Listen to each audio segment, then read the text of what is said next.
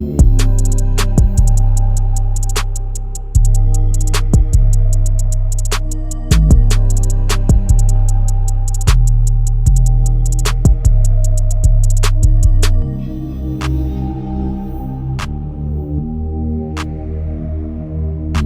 back to the Team to Beat Miami Heat podcast, your one-stop shop for daily Miami Heat content. My name is Amir. I got Martel and Trent joining me on the podcast. It's been a while since the three of us have been together, so we want to talk about the Miami Heat's loss last night to the Cleveland Cavs. How are you guys doing today? The Heat are in trouble, y'all boys. Listen, I'm doing great, man. You know, I'm proud of my boys. I'm proud of my boys for sure. I mean, it was a resilient game. We'll get into that, obviously, but yeah, the Miami Heat are down 0-2. Donovan Mitchell led the Cavs with 30 points, over 30 points, including 17th in the points in the fourth quarter, and he was clutch. He hit big shot after big shot. We were coming back, but we just couldn't get closer than 2 points. And what killed us, I think, mostly last night was that Cleveland set a franchise playoff record by making 11 three-pointers in the second quarter alone. And they had 22 for the game. They shot like 50% from three last night, and that's all she wrote. That's all it's going to take, basically. Again, I mentioned the Heat were resilient despite trailing as much as 19 points. The Heat were able to come back within 2 points, but again, we just weren't able to get over that hump because of Donovan Mitchell, man. That guy just steps up in the playoffs. And Heat Twitter, they even compare Tyler to Donovan, and I'm like, you can't compare the two. None of them have won a championship. That's fine, but Donovan scored 70 points before, right? And he always steps up in the playoffs. So anyway, Heat are down 0-2. What do you think was the most disappointing part of last night, Martel? My biggest thing is, why on earth is Eric Spoelstra not also playing through Bam Adebayo? We're not running plays for him. You know, we're not looking for him to score. We're not trying to get him going. I don't understand. He's an Olympian and a multiple-time All-Star, should be a DPOY, but I just don't understand why Bam Adebayo is not scoring at least 25 points a game. You know, how are you going to have a team with Tyler and Bam's not getting going on the offensive end? I understand a lot of people are going to say, oh, we don't have a point guard, but that's no excuse to me. Bam Adebayo should be going to the free throw line. You're telling me that Mobley and Jared Allen, they're not doing anything crazy defensively in this series. And he's not attacking any of them. He's not making them get in foul trouble, nothing at all. I just think that why are we not playing through Bam Adebayo? Yeah, what do you think about what are you most disappointed in, or who are you the most disappointed in from last night, Trent, on the Miami side? Oh, Andrew Wiggins easily. Andrew Wiggins was part of the Jimmy Butler trade, and I know we was not going to get fair value when you kind of look at Jimmy to Wiggins, but we was excited about Wiggins, right? He's still a champion. You know, he played well for the Warriors. He did. He joined the Miami Heat. He probably missed the same amount of games that he played with the Miami Heat during the regular season with just nagging injuries, which I thought that was a concern right there. Then you go into the postseason and you're terrible. Like, he has not done anything. Like, if you're getting benched down the stretch, it's not a good look, right? I mean, he has 24 points in the last two games combined. Think about that. He's 8 for 21, 8 for 22 in the last two. You know, he's like 3 for 10 at the 3-point line, which he's known for a little bit. Is his two-way intensity and, you know, playing solid defense. But he was getting attacked game 1, too. Game 2 as well. So it's like, you're not bringing offense. You're not bringing on the defensive end. And we need someone to slow down Wiggins. We need somebody to slow down Darius Garland. And it's just not there. So the closing lineup is Jovic and Haywood Highsmith, which, give them credit. Haywood Highsmith hit like 4 to 5 threes that kept us in the game. But yeah, Wiggins, for a player like him that we may keep or extend, your player can't get benched down the stretch. Just can't happen. That's like Garland getting benched down the stretch for the Cavaliers. We just can't afford that. So I'm more upset at Wiggins.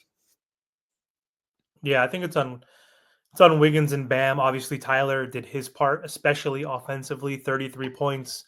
6 rebounds, 5 assists, pretty efficient, 14 for 24 from the field, 4 for 11 from 3, only 2 turnovers. So can't blame Tyler Hero, even though he is a liability defensively. He wasn't as bad as he was in game 1, but they still were trying to hunt him. They were trying to get Donovan Mitchell on him at all costs. Wiggins was guarding Mitchell at the beginning, and he did pretty well in the first half defensively. I think his length helped. essentially, but you got to blame Bam and Wiggins in this game. But thoughts on Tyler Hero, his game, and thoughts on Garland saying that we're going to be picking on Tyler Hero basically like on defense. Like, what are your thoughts on that? So Tyler was great. My thing is Darius Garland is right, but in any single playoff series, it comes down to matchups. That's why I don't understand why Eric Spoelstra is not making an emphasis. You're telling me that the first three guys out there are Darius, Donovan, and Strus, and the Miami Heat are not going to look to put any of them in any type of a mismatch? I just don't, bro. I don't understand. I know it's a lot easier said than done, but Darius Garland is right. We are going to attack the weak defenders. Why are the Miami Heat not doing that? Andrew Wiggins should be posting up Max Strus. Max Strus used to be a terrible defender. Now they're making him seem to be a regular NBA defender, which he's not. You're telling me that 1 or 2 years changed him defensively? Absolutely not. Darius Garland and Donovan Mitchell, they're under 6'5". We should be attacking them, posting them up, getting the mismatches, and I just don't understand why we're not doing it. Tyler, he had a good game, but once again, it's still not going to be enough to beat Cleveland if you have Bam and Wiggins tripping. Yeah, I mean, for listen, sure. when I seen that comment, I was upset. I'm gonna be honest with you. I was upset for him saying that because I feel like it's the right message, but from the wrong messenger. Because like Darius Garland, when we look at it, he's the one that usually gets attacked, like defensively. Like he's not a great defender himself at all. And win or lose, I seen this comment, and this dude says, "Listen, Jason Tatum and Jaylen Brown are gonna be picking you apart. That's who they're gonna be going after." Because like I said, Garland's not a good defender, and respectfully, I'm taking Tyler over Garland any day. I'm riding with my team. I'm riding with Tyler. I hate when people say some slick comments. Like I said, he is right. They could attack Tyler all they want, but Tyler's backing it up offensively, putting up 30-plus points, 14 for 24. He's very efficient. He just needs a little bit of help. It's easier when you got a number one option in Donovan Mitchell that can carry you in the second half and put up 20-plus points and hit big three-pointers. Like, Garland didn't do nothing down the stretch. It was all Donovan Mitchell. We continued to keep making runs, and their defense wasn't stopping our offense. Haywood Highsmith, Davion Mitchell was hitting big shots. Tyler Jovic at some times, and Mitchell just kept coming down and splash a three or get to the rim and stuff like that. So, it's cool. That made me angry. Made me want to win the series even more. What I'll say is they did their job. They won 2-0 at home. Now we got to do our job. We got to win at home. Simple as that. If you want to think positive. Yeah, I think I'd rather have Tyler over Garland as well. He had a good game, but he was taking like some crazy shots. He was only 2 for 8 from 3. He got to the line with some BS calls. You got that home court advantage, whistle.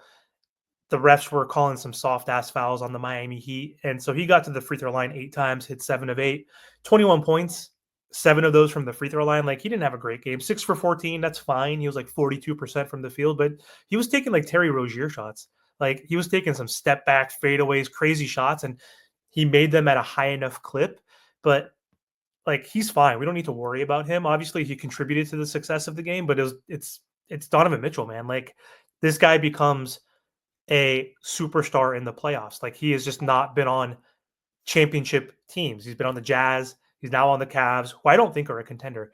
Like literally, this Miami Heat team is in shambles, essentially. Like they lost Jimmy Butler. They were on a 10-game losing streak. They're assimilating 3 new guys onto this team. They're not great offensively. They're like 23rd offensively in terms of offensive rating in the season, and yet they're still hanging with the number 1 team in the East, a contender in the East. Like I don't see them as a contender. Like they literally won this game mostly because of the 3-point shot. Like we still were able to come back and withhold that or sustain that barrage of threes. Like we had 14 turnovers to their 8, whatever. So we did lose that, but we won the rebounding battle. We shot 52% from the field.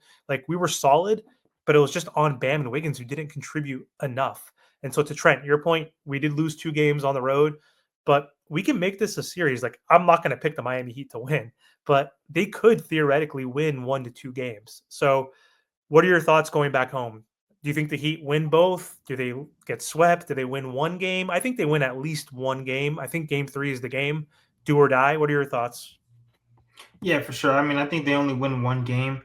I still think if the Miami Heat were just to play up to their matchups, I've never believed in the Cleveland Cavaliers. I'm not saying they're not a good team. They're one of the best teams. They have a good offensive and defensive rating.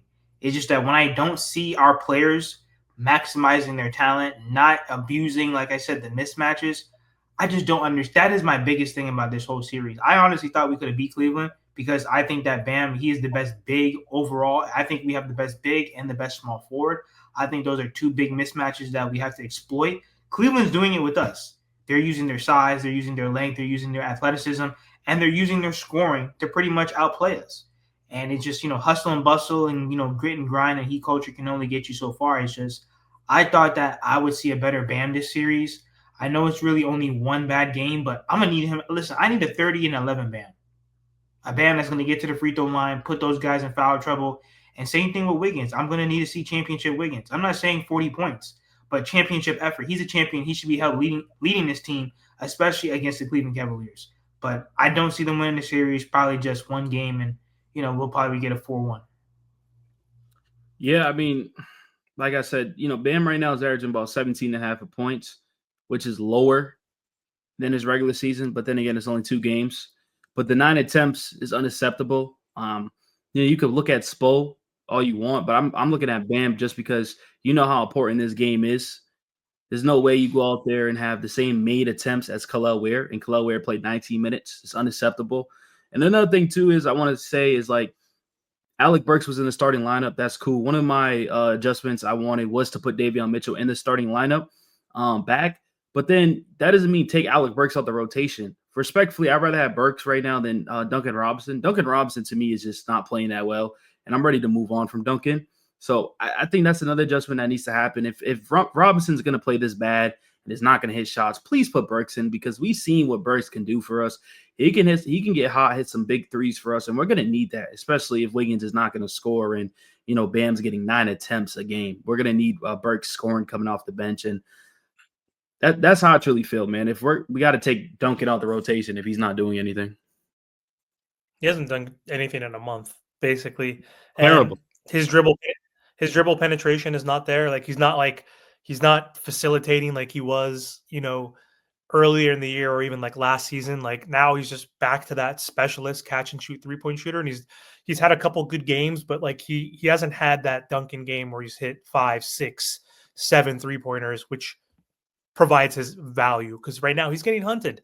At least Burks he's not an elite defender. He's not even that great of a defender, but he's a better defender than Duncan Robinson, right? So at least he makes up for it as a defender, and he's hitting as many threes as Duncan is, basically, right? So, and Burks even has the ability to get to the free throw line, which Duncan has like no ability to do that, and he has more of a mid-range game, right? So, I think I agree with you. Burks should be playing for Duncan as that spot up shooter in the corner, because Jovic is going to get more playing time. That's evident, obviously, and he's going to be our point forward coming off the bench. He's going to help in transition, and as he's penetrating, then he's going to need to kick it out to Alec Burks.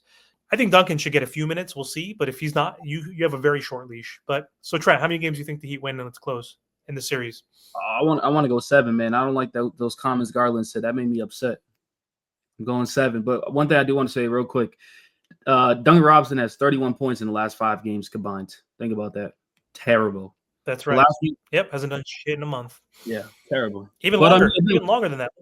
Dude, I want to go to 7, man. I think Miami could beat this team for real. We just gotta get better. Like the second quarter is like unacceptable, right? Like if they have a regular, they put up 20 to 25, maybe 28. There's a good chance you can win this game. You can't allow a team in the playoffs put 40 plus points up in a quarter. It's unacceptable. Yeah, it took a franchise record for them to literally beat a 10th seed Miami Heat team, which is wild. With Wiggins underperforming, Bam didn't play bad overall. He played bad offensively. Like he still had 14 boards, 9 assists, but he still didn't play up to par. And the Miami Heat still hung in there with Tyler Hero, basically the only guy scoring at will. So I think it maybe can go to 6. I'm probably leaning more towards what Martel was thinking. Like realistically, they can win 1 out of these 2. And then they'll probably close out in game 5. But I think the Heat could take it to 6 based on last night's game. Like the variance based on the 3 was the true deciding factor, I think, ultimately, because you had Haywood step up, who kind of played in that Wiggins role, which is sad to say that Haywood played better than Wiggins. So, but you need Wiggins and Bam to step up for those games where Haywood does put up 17 points, right? Those are games you wasted. So, yeah, we'll see what happens. We'll see what adjustments the Heat make. And, we'll be playing game 3 at home on on Saturday. So before we hop off, though, just want to mention, don't forget to go to Trent's channel, Miami Heat Network, and subscribe to his channel. And then obviously Martell, you can find him at the Miami Heat Zone podcast. So thanks again, guys.